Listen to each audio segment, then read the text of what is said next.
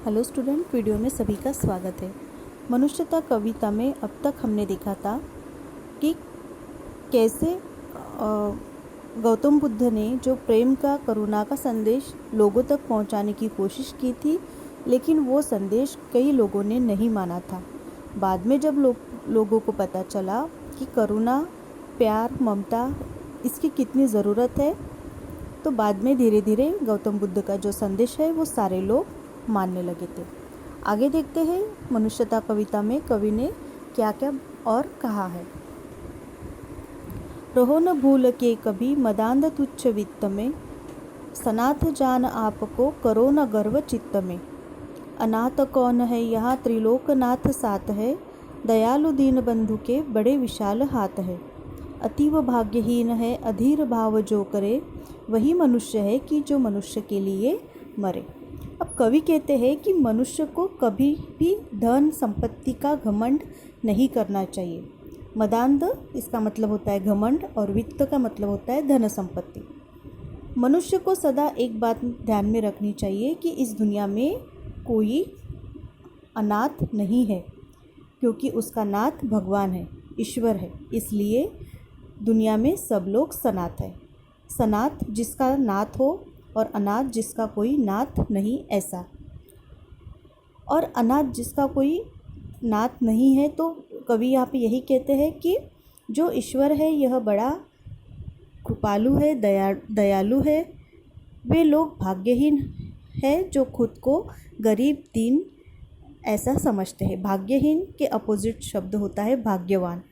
तो वे लोग भाग्यहीन हैं जो खुद को गरीब और दीनहीन ऐसा समझते हैं। कवि यहाँ पे कहते हैं कि उन्हें ईश्वर पर ज़रा सा भी विश्वास नहीं है।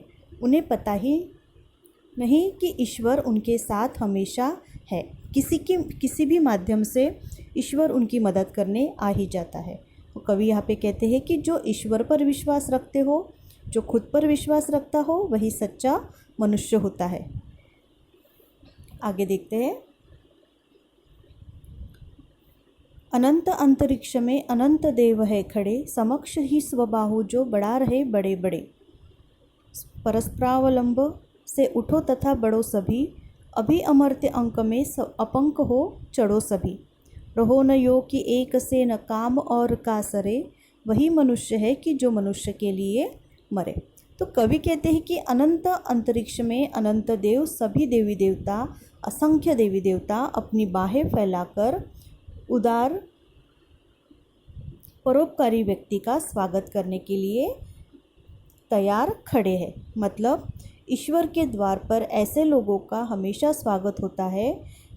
इसलिए एक दूसरे का सहारा बनो, आगे बढ़ो, अपना महान लक्ष्य प्राप्त करो। अगर तुम भेदभाव किए बिना अर्थात कलंक रहित होकर कार्य करोगे तो ईश्वर सदा तुम्हें अपनी शरण में जगह देगा, तुम्हारा गुणगान करेगा। यह कभी मत सोचो कि तुम्हारी वजह से किसी का काम रुक जाएगा। इसलिए तुम एक दूसरे का सहारा बनो और ईश्वर की शरण में आ जाओ, वही सच्ची मनुष्यता है। आगे देखते हैं। मनुष्य मात्र बंधु है, यही बड़ा विवेक है। पुराण पुरुष स्वयंभू पिता प्रसिद्ध एक है। फलानुसार कर्म के अवश्य बाह्य भेद है, परंतु अंतरक्य में प्रमाणभूत वेद है। अनर्थ है कि बंधु ही न बंधु की व्यथा हरे, वही मनुष्य है कि जो मनुष्य के लिए मरे। अब कवि कहते हैं कि मनुष्य ने एक बात अच्छी तरह से समझनी चाहिए कि इस संसार के सभी प्राणी मात्राओं का निर्माता केवल एक है और वह है ईश्वर। हम सभी उसी की संतान हैं। हमारा आपस में नाता बंधुता का है, इसलिए हमें हमेशा मिलजुल कर रहना चाहिए। दूसरों के सुख दुख को अपना मानकर चलना चाहिए।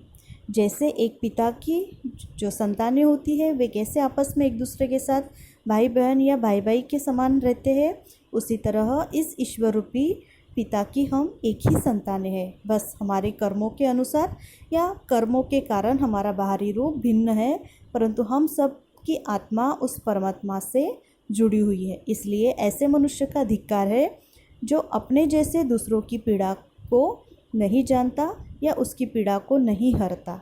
जो ऐसा करे वही सच्चा मनुष्य है, ऐसा कवि यहाँ पे कह रहे हैं। आगे देखते हैं।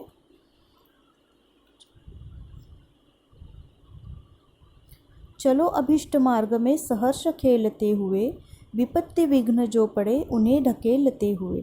घटे न हेल मेल हाँ बड़े न भिन्नता कभी, अतर्क एक पंथ के सतर्क पंथ हो सभी। तभी समर्थ भाव है कि तारता हुआ तरे, वही मनुष्य है कि जो मनुष्य के लिए मरे। अब लास्ट में कवि कहते हैं कि हमें हर कार्य बड़े ही प्रसन्नता पूर्वक करना चाहिए। हमें हमारा लक्ष्य पाने के लिए रास्ते में आई हुई बाधाओं को हंसते हुए टालकर आगे बढ़ना चाहिए, या हमें अपने कर्तव्य मार्ग पर इस तरह आगे बढ़ते हुए जाना चाहिए कि हमारा आपस में प्रेम भाईचारा कम न हो। हमें सबकी भलाई के लिए ही हमेशा कार्य करते रहना चाहिए और यही सबके कल्याण का माध्यम बन सकता है। वास्तव में वही व्यक्ति या वही मनुष्य उदार और परोपकारी माना जाता है जो अपने लिए नहीं बल्कि पूरी मानव जाति के कल्याण के लिए जीता है, उनका ही वह हमेशा ख्याल रखता है। तो इस तरह कवि ने मनुष्यता इस कविता में मनुष्य के विभिन्न रूपों को दर्शाया है। साथ में हम सभी मनुष्यों को यही संदेश दिया है कि खुद के लिए स्वयं के लिए सभी जीते हैं, पर अगर दूसरों के लिए भी हम जीते हैं तो भगवान की कृपा हम पर सदैव रहती है। अब ऐसे मनुष्यों को ईश्वर सदा साथ देता है और ऐसे मनुष्य ही सच्चे मनुष्य होते हैं, नहीं तो हमारी प्रवृत्ति पशुओं जैसी होने में देर नहीं लगेगी। तो यहाँ पे हमारी जो कविता है ये समाप्त होती है। इसका जो प्रश्न अभ्यास है वो हम नेक्स्ट वीडियो में देखेंगे। Thank you.